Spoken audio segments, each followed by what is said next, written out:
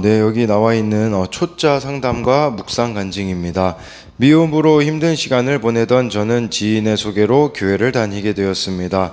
공동체에서 말씀으로 양육을 받으며 예배가 회복되고 생활이 안정되자 다른 사람의 이야기를 들어주고 그의 아픔에 함께 아파하는 마음이 생겼습니다. 특히 배우자 문제로 힘들어하는 친구들에게 공동체에서 들은 대로 조언을 해주면 큰 도움이 되었다며 신기해했습니다. 이후 친구들이 힘들 때마다 제게 연락하여 고민을 토로했습니다. 그러면서도 제가 전도하려고만 하면 그들은 칼같이 선을 긋고 복음을 거부했습니다. 그렇게 마음의 부담감과 전도의 어려움이 쌓여갈 때쯤 부부 사이가 좋지 않던 친구들로부터 동시에 연락이 왔습니다. 아내와 사이가 좋아지고 이혼 이야기가 쏙 들어갔다는 것이었습니다. 휴양지로 여행도 다녀오고 예전처럼 한 방에서 지내게 되었다고 합니다. 그 이야기를 듣자 저는 다 화해하고 회복하는데 여전히 나만 혼자구나, 아니 왜 배우자 있는 사람들이 혼자인 나한테 힘들다고 하는 거지 라며 꼬이고 부정한 생각이 들었습니다. 그래서 전화를 끊고 난 뒤 하나님, 하려는 전도는 안 되고 다들 자기 자랑하며 저를 약올리네요. 제가 괜히 오지랖을 부린 것 같아요 라며 푸념조로 기도했습니다. 그러고 나니 제가 교회에 처음 왔을 때 소그룹 리더에게 밤늦게까지 울분을 털어놓으면서 진상을 부리던 일이 생각났습니다. 그래서 회개하고 다시 기도했습니다. 하나님, 친구들이 이혼을 안 하게 해주셔서 감사합니다. 앞으로 힘든 가정의 이야기를 잘 들어줄 수 있는 마음과 복음을 전할 수 있는 지혜를 허락해 주세요. 저같이 어설픈 초짜 상담가에게 지혜를 하나씩 알려주신 하나님께 감사드립니다. 아론이 자기를 위한 속죄제의 수송아지를 드렸듯이 날마다 말씀으로 내 죄를 먼저 보고 저와 집안과 이웃을 위해 끊임없이 회개하며 나아가겠습니다. 적용하기입니다. 이혼하지 않은 친구에게 고맙다고 말하며 큐티인을 선물하겠습니다. 친구에게 5분만 내 이야기를 들어줘 하고 저의 간증과 함께 복음을 전하겠습니다 라고 해서요, 이런 사건을 통해서 자신의 모습을 볼 수 있다라는 거, 그것이죠. 왜 친구들이 이렇게 회복되고서도 나한테 연락을 주는 건가? 근데 자기 모습이 떠올랐다고 하잖아요. 소그룹 리더에게 밤늦게까지 울분을 처음에 그렇게 털어놓으며 진상을 부리던 일이 생각나면서 아론이 자기를 위한 속죄제의 수송아지를 드렸듯이 날마다 말씀으로 내 죄를 먼저 보고 저와 집안과 이웃을 위해 끊임없이 회개하며 이렇게 나아가겠다라고 고백해 주고 있습니다. 오늘은요, 레위기 16장 1절부터 22절까지인데요. 1년에 한 번 있었던 대속죄일에 대한 내용이다라고 할 수가 있습니다. 그래서 1절, 2절을 먼저 보면요. 아론의 두 아들이 여호와 앞에 나아가다가 죽은 후에 여호와께서 모세에게 말씀하시니라. 2절에 여호와께서 모세에게 이르시되 내 형 아론에게 이르라. 성소에 휘장한 법궤 위 속죄소 앞에 아무 때나 들어오지 말라. 그리하여 죽지 않도록 하라. 이는 내가 구름 가운데서 속죄소 위에 나타남이니라 라고 말씀해 주고 있어요. 근데 여기 보면요, 아론의 두 아들이 여호와 앞에 나아가다가 죽은 후라고 하기 때문에 지금 이 말씀은 어디랑 연결되어져 있는가 보자면 레위기 10장하고 연결되어져 있다는 뜻이에요. 10장에서 나답과 아비후가 다른 불을 들이다가 죽었기 때문에 지금 그 10장과 이것을 연결시키고 있는 것입니다. 그래서 16장에서 이제 대속죄일 규례를 말씀에 줌으로써 이스라엘의 죄와 앞선 이런 부정결의 문제를 해결하는 장치라는 사실을 알려주는 것이다 라고 할 수가 있습니다. 2절에 보면요, 좀 특이한 점이 있는데 이런 표현은 여기만 나오는 표현이 있어요. 그것은 뭐냐면 내 형 아론에게 이르라. 여기서 내 형이라는 그런 단어가요, 그냥 하나님이 아론을 언급하셨는데 여기서는 모세에게 내 형이라고, 이 단어가 여기 레위기에서는 이곳에서만 이렇게 나오는데 왜 그랬겠습니까? 어쩌면 두 아들을 잃은 아론을 지칭할 때 가족적인 이런 관계를, 모세와의 가족적인 관계를 상기시킴으로 아론의 마음을 위로하고자 하는 뜻이라고 볼 수가 있습니다. 참 하나님이 얼마나 섬세한지 우리가 이걸 잘 본받아야 될 것 같아요. 사람들을 위로할 때도 그렇고요, 말을 할 때도요, 정말 한 번 더 고민하며 정말 하나님께서 이렇게 아론을 위로하고자 모세에게 내 형 아론이다 라고 이렇게 말씀해 주시는 이러한 모습을 우리가 본받아야 되겠죠. 여기서 이제 대속죄를 가르쳐 주는데, 네, 여기서 1년 중 오직 이날만이 대제사장이 지성소에, 우리가 출애굽기 때 성막을 배우지 않았습니까? 지성소에 들어갈 수 있는 유일한 날이었었습니다. 네, 3절부터 5절까지 내용을 보면요, 아론이 성소에 들어오려면 수송아지를 속죄제물로 삼고 수량을 번제물로 삼고 거룩한 세마포 속옷을 입으며 세마포 속바지를 몸에 입고 세마포 띠를 띠며 세마포 관을 쓸지니 이것들은 거룩한 옷이라 물로 그의 몸을 씻고 입을 것이며, 5절에 이스라엘 자손의 회중에게서 속죄제물을 삼기 위하여 수렴소 2마리와 번제물로 삼기 위하여 수량 1마리를 가져갈지니라. 이 대속제일에 나아가 성소에 들어가기 위해서 필요한 것은요, 아론이 먼저 수송아지로 속죄제물, 수량으로 번제제물을 삼아야 됐다라는 것은 무슨 말이겠습니까? 아론도 죄인이다, 이런 뜻을 가지고 있겠죠. 우리에겐 또 그런 의미도 있어요. 먼저 나의 죄를 봐야 된다. 우리가 얼마나 다른 사람 지적을 참 잘합니까? 그러나 먼저 내가 죄인이라는 것을 깨달아야 그게 시작점이라는 것을 기억해야 되죠.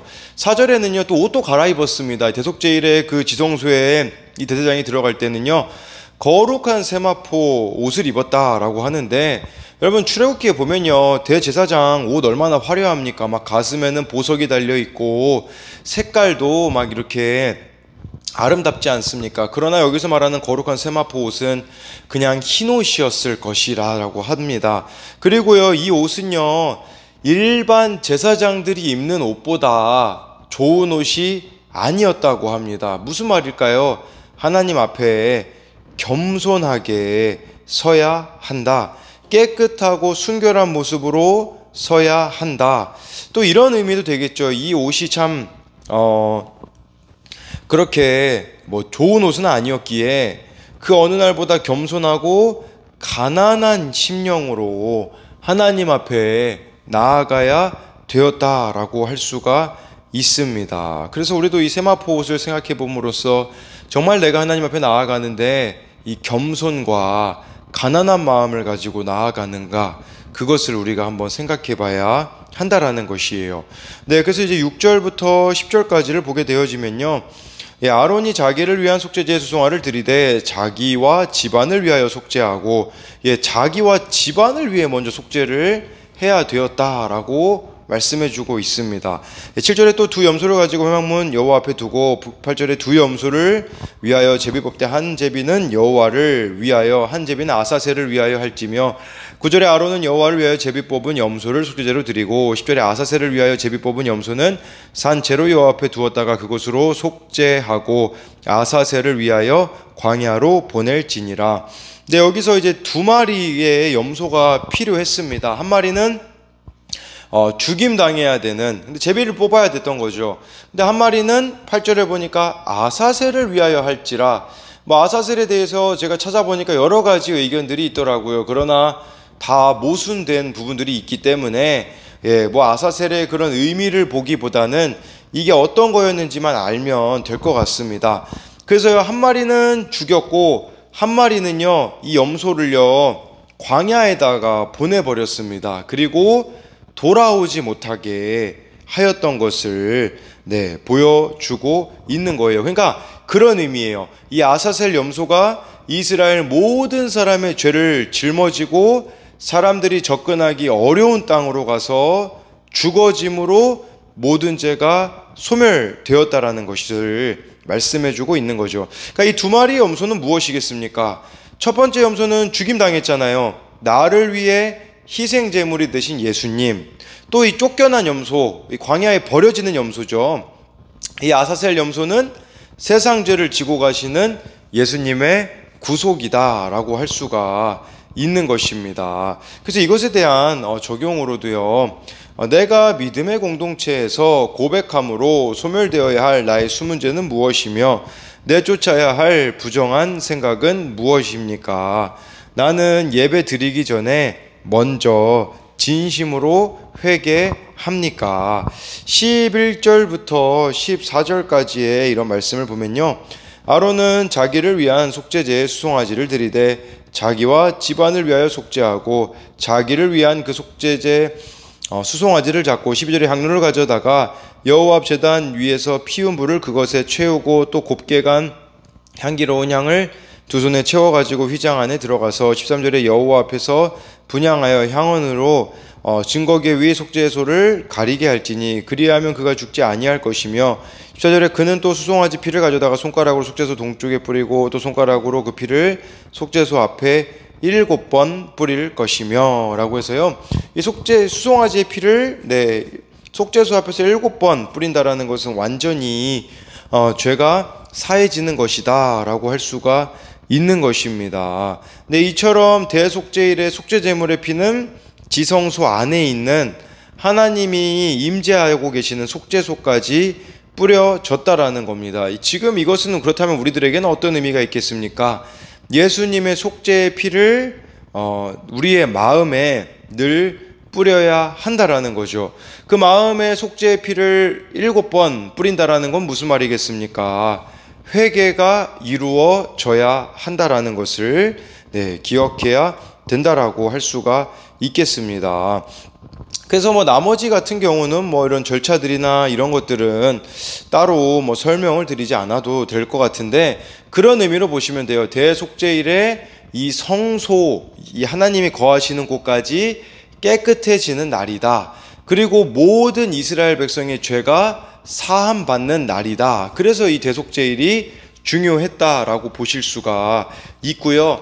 유대력으로 음력으로 7월 10일에 이것을 지켰다고 합니다. 매년 7월 10일에 이 날은 지켜져야 됐다라고 할 수 있는데요.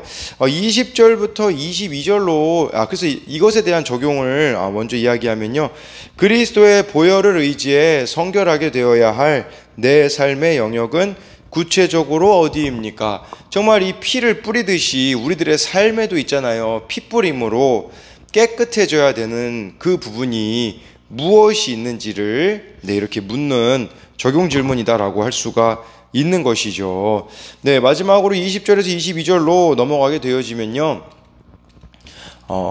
그 지성소와 회막과 제단을 위하여 속죄하기를 마친 후에 살아있는 염소를 드리되 21절에 아론은 그의 두 손으로 살아있는 염소의 머리에 안수하여 이스라엘 자손의 모든 불의와 그 범한 모든 죄를 아뢰고 그 죄를 염소의 머리에 두어 미리 정한 사람에게 맡겨 광야로 보낼지니 22절에 염소가 그들의 모든 불의를 지고 접근하기 어려운 땅에 이르거든 그는 그 염소를 광야에 놓을지니라 라고 해서요, 그 전 내용은 한 마리 염소가 죽임당하고 그 피 처리를 어떻게 하는지 나와 있다면, 남은 한 마리 염소에 대한 부분이 20절부터 22절까지 나와 있는데, 이 염소는 아사셀 염소라고 불리죠.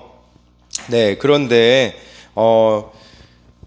이것은 이제 여기 보니까요, 이 염소는 22절에 접근하기 어려운 땅으로 보내졌다라고 하잖아요. 이 접근하기 어려운이라는 단어를 원어로 보면요, 분리된, 고립된, 끊어진이라는 의미가 있는 거예요.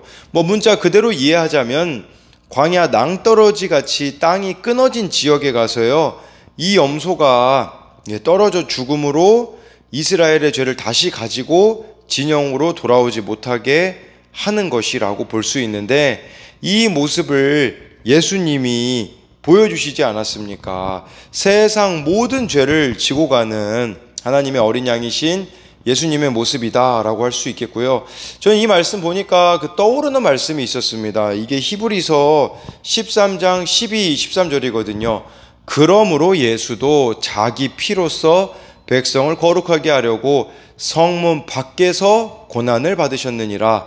그런즉 우리도 그의 치욕을 짊어지고 영문 밖으로 그에게 나아가자. 예, 십자가형이요, 성문 밖에 있었거든요. 십자가 처형 장소가요. 그래서 우리 막 찬양 중에 영문 밖에 막 그런 찬양이 있지 않습니까?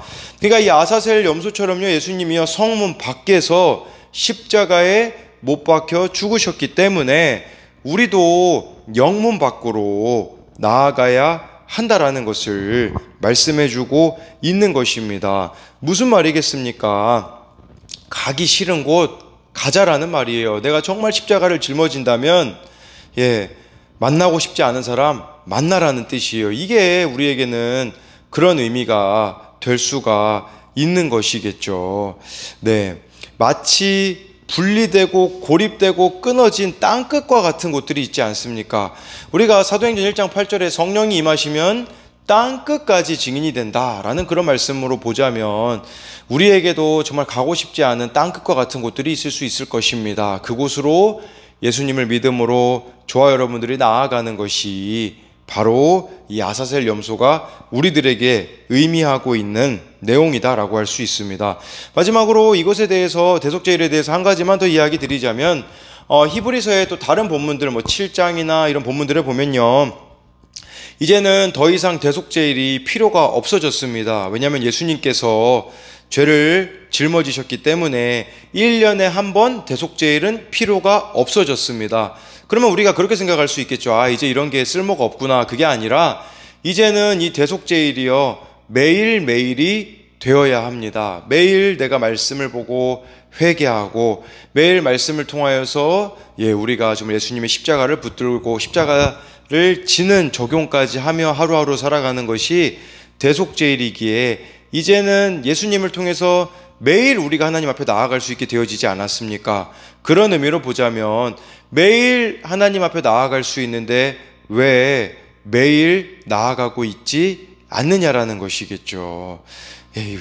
사실 대속죄일 1년에 한 번인데 진짜 회개 얼마나 자주 여러분들에게 이루어지고 있습니까? 1년에 한 번 정말 제대로 회개합니까? 이걸 우리는 돌아봐야 돼요. 매일 회개할 수 있고 매일 하나님께 나아갈 수 있는데 왜 우리가 그것을 거부하고 있는지에 대한 점검도 이루어져야 한다라고 볼 수가 있는 것이겠죠. 그래서 마지막으로 이것에 대한 적용으로는요, 아사셀 염소의 죄를 전가하듯 예수님을 의지하여 회개합니까? 회개 없이 그저 남 탓만 하며 상대방에게 내 죄를 전가하진 않습니까? 네, 우리가 항상 이런 대상을 찾는 것 같아요. 뭔가 다른 사람에게 핑계대고 싶고 이것을 떠넘기고 싶은 그런 부분들이 있는데, 우리가 먼저 회개하여서 남 탓을 하지 말아야 된다라는 거죠. 상황 탓, 사람 탓, 환경 탓만 외치고 있지는 않습니까? 그 다음에는요, 내가 십자가를 지며 가야 하는 곳은 어디입니까? 누구입니까? 아까 이 아사셀 염소가 광야에 보내지듯이 광야 낭떠러지 같은 땅에, 끊어진 땅에 가야 되듯이 우리도 가야 될 그 땅끝과 같은 곳 어디이며 그곳에 우리가 나아가야 된다라는 것을 오늘 말씀을 통해서 알 수가 있습니다.